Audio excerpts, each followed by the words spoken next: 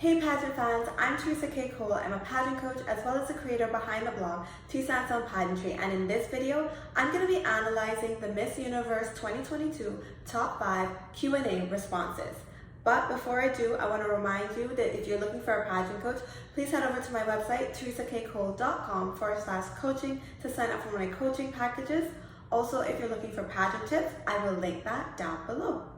Now, without further ado, let's get into this video. Now, as a pageant coach, when I listen to people or contestants answer question and answer interview questions on stage, I tend to listen for a few things really. I listen to see, did she answer the question?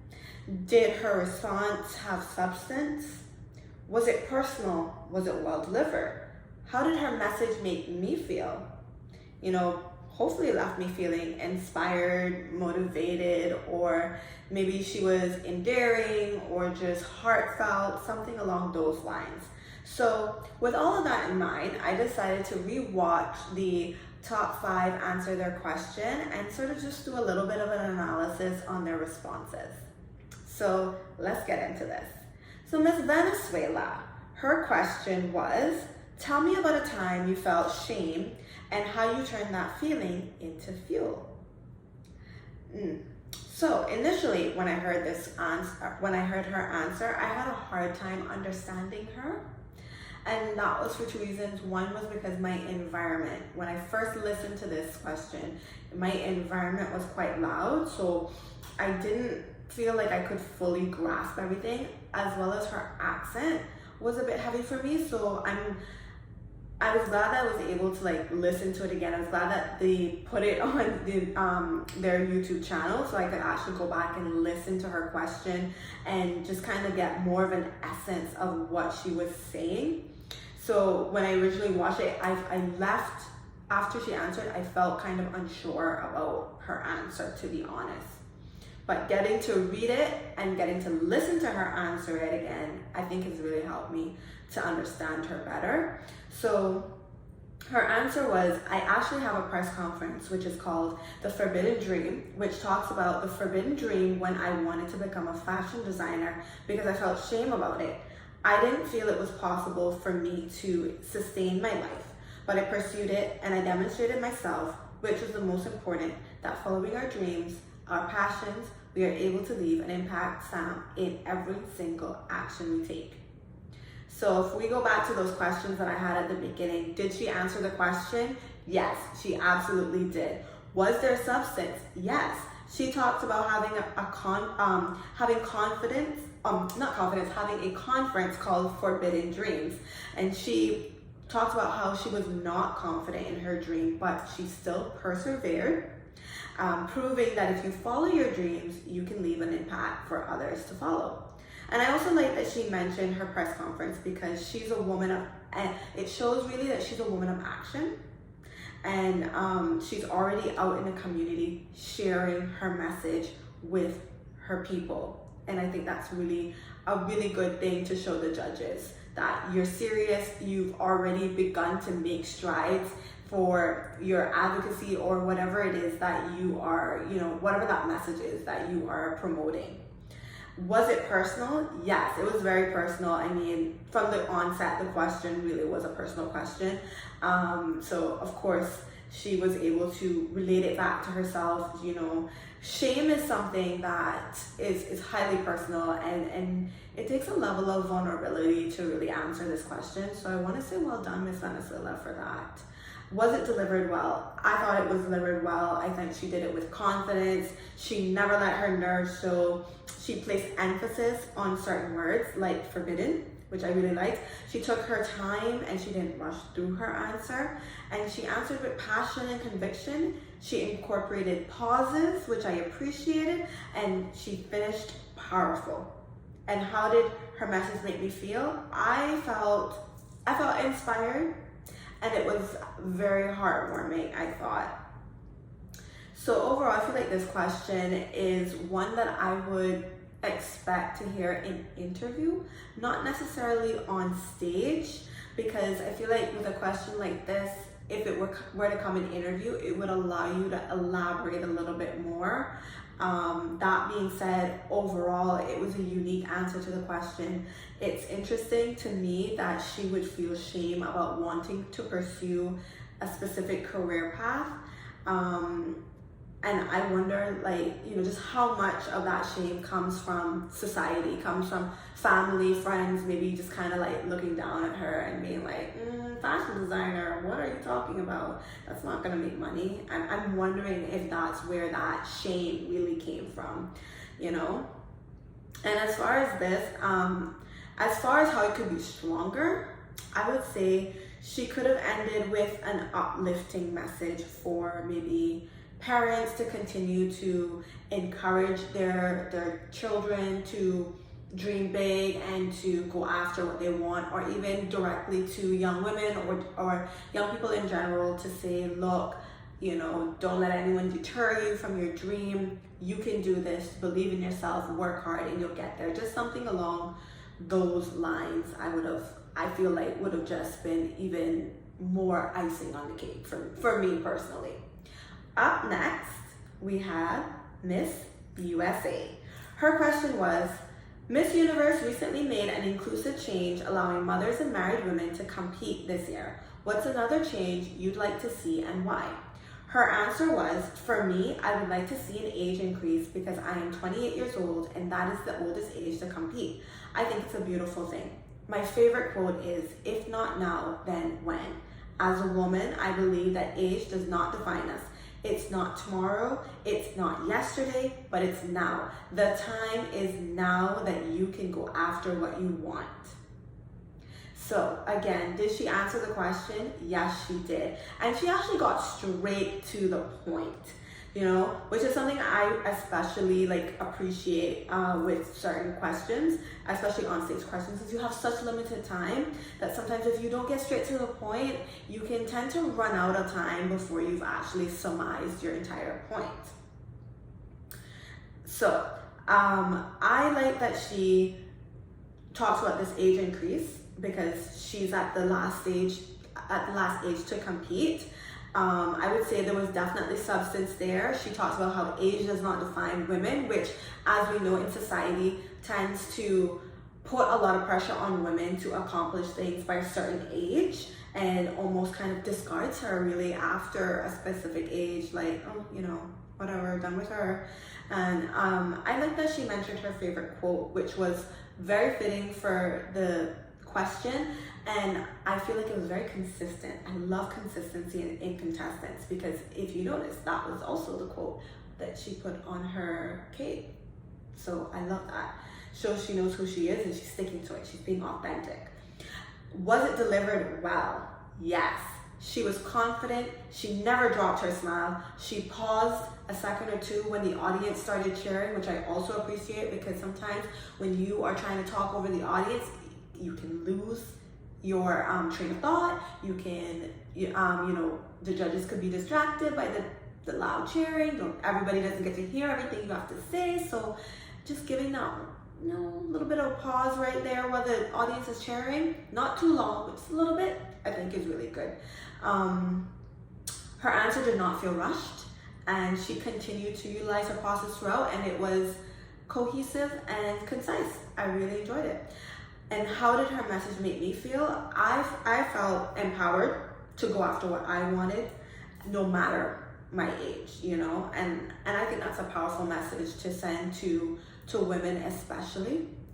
I thought this answer, I felt like it really resonated with me. One, because like for a long time, I've always wanted to have a career in entertainment, and you know, I don't live in a country where entertainment is a big thing, so I would have to move, and I'm getting older, so part of me feels like, will I ever get there? At what age? Will I still be relevant? Like all of that. But also, I think it was just I thought it was a good one to hone in on, a good answer, because for me, I was surprised when Miss Universe announced all these changes and they didn't share, they didn't talk about an age increase. I felt like that was the easiest change to make, and yet they chose not to do it. And I don't understand why they chose not to do that.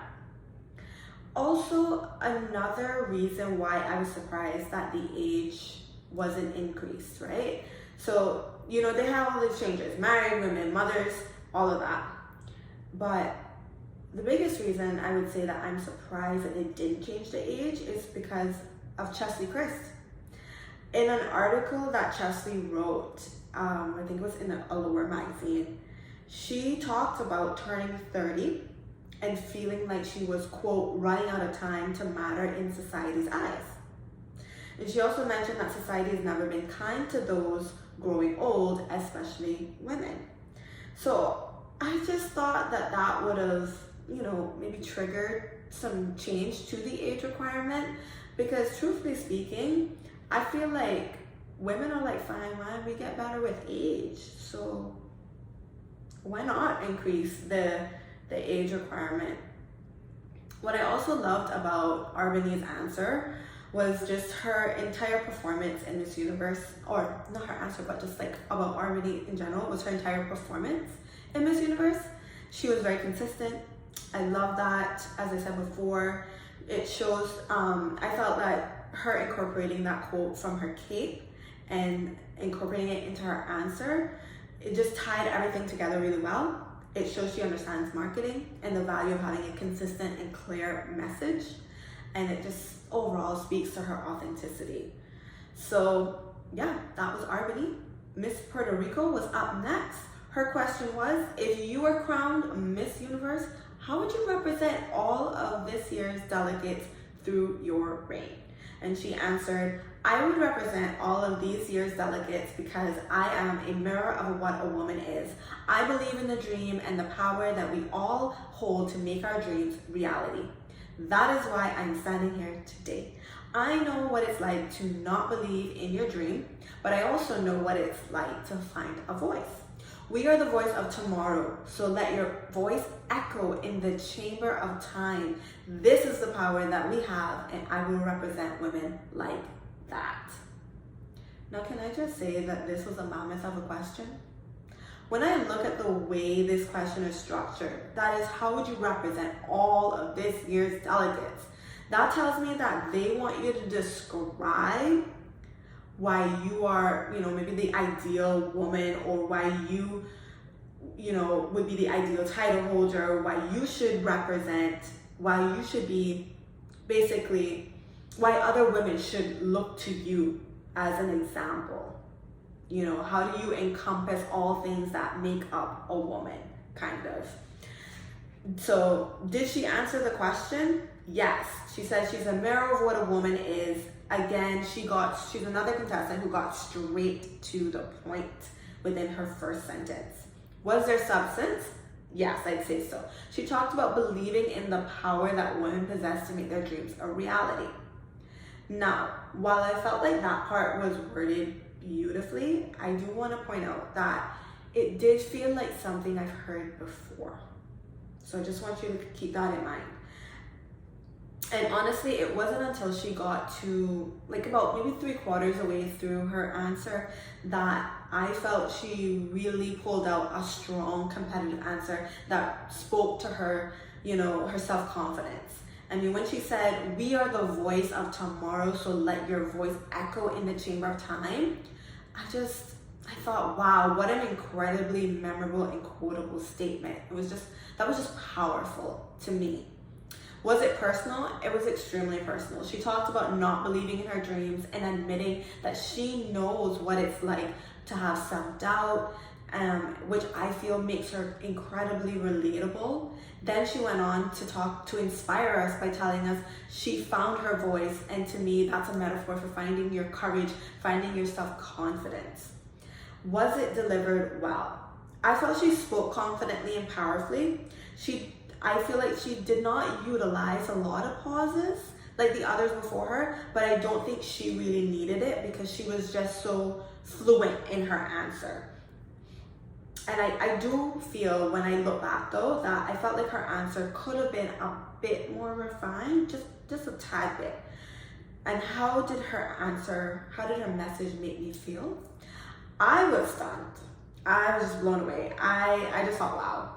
At the beginning of it for me, it was a bit of a slow burn, but she really picked it up towards the end, and she just, wow, she cleaned up right there. I was just like, very much like, I like this answer. Very, very well done, Miss Puerto Rico. Now, I do want to pause here and say that at this point, so we've heard three answers. Three contestants have delivered their answers. And I just want to say that now that the judges have heard a few of the contestants speak, I am sure that they have a benchmark now for what they are expecting. So now with the next contestant, who's Miss Curacao, she's going to have even more expectations on her, because now the judges are going to be really listening and trying to figure out where these next two contestants fall with the three that went before them. So now Miss Curacao, she's got to come out and she's got to be better than Puerto Rico, USA, and Venezuela. So it's a tough feat to as you keep climbing up, you know, it gets harder and harder. So for Curacao, her question was, if you had the opportunity to speak with the leader of your country, what would you want to discuss? And she said, I think there is a lot to be discussed, and I believe that Curacao is a multicultural country. And I believe that we should embrace all cultures, and also discuss the fact that I feel like sometimes people feel excluded, and we should not discriminate or have any type of bullying in the country. Thank you. So I want to say that I definitely have heard this question before. It's a common pageant question to me, at least. So I was expecting that because it's a common pageant question, that Miss Curacao would definitely have a strong answer for this.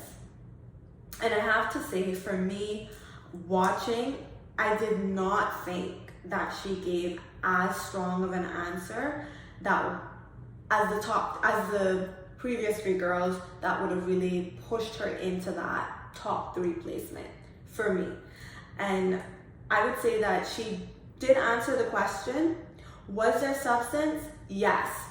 So this question was very, personal to her country. And she did set the scene by telling us that, Curacao is a multicultural country, but that she feels people are excluded. So she wants people to embrace all cultures and not discriminate and not bully.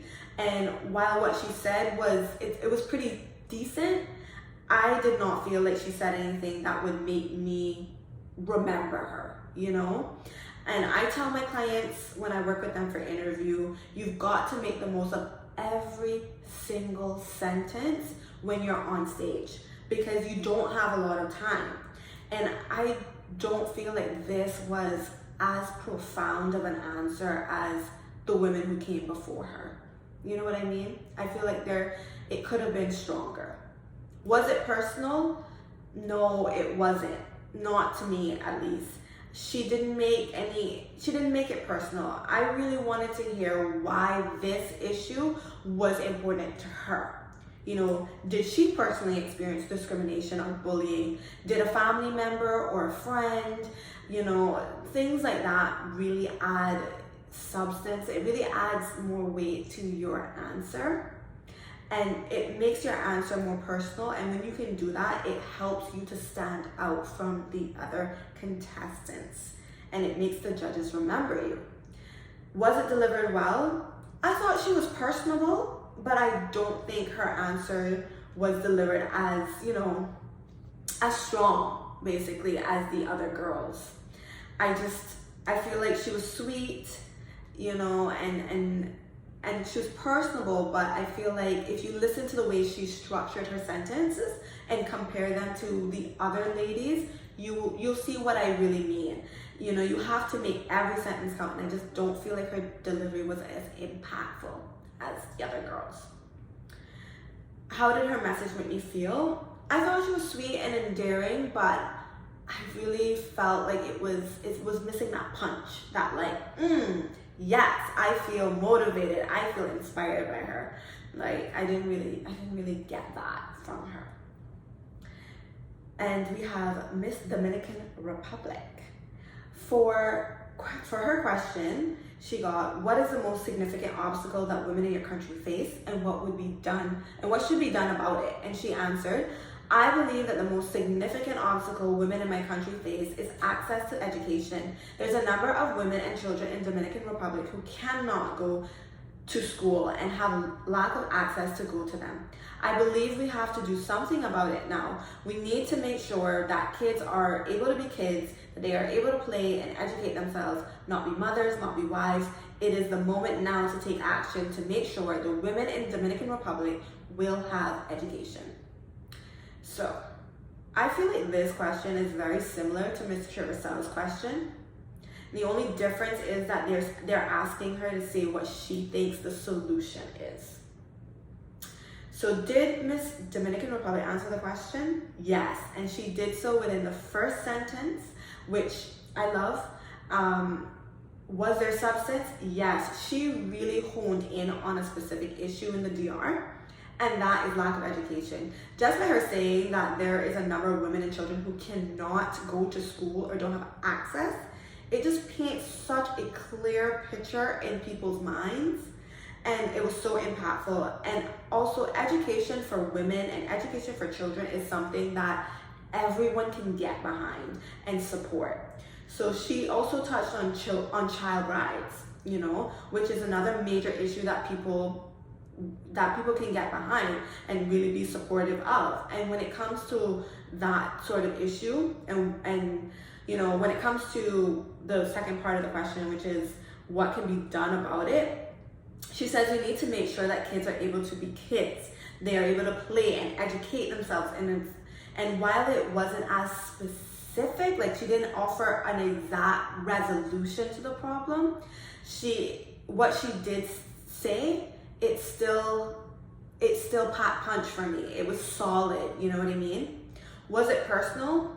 While I don't think that she made it personal to her, I feel like she gave such specific examples within her answer that it makes her stand out even without it being super personal to her. Like she didn't say, you know, my mom wasn't able to get an education, my sister wasn't able to, or I wasn't able to. You know, it wasn't super personal, but what she said painted such a distinct and clear picture. Wow. You know, it still held. It still held. Was it delivered well? Yes, it was delivered beautifully and confidently. If you go back and listen to her answer, I love the way she delivered the line, not be mothers, not be wives. That short sentence was punchy, and that was the moment she really captured and pulled on people's like morals and just really got people's attention and got them on her side.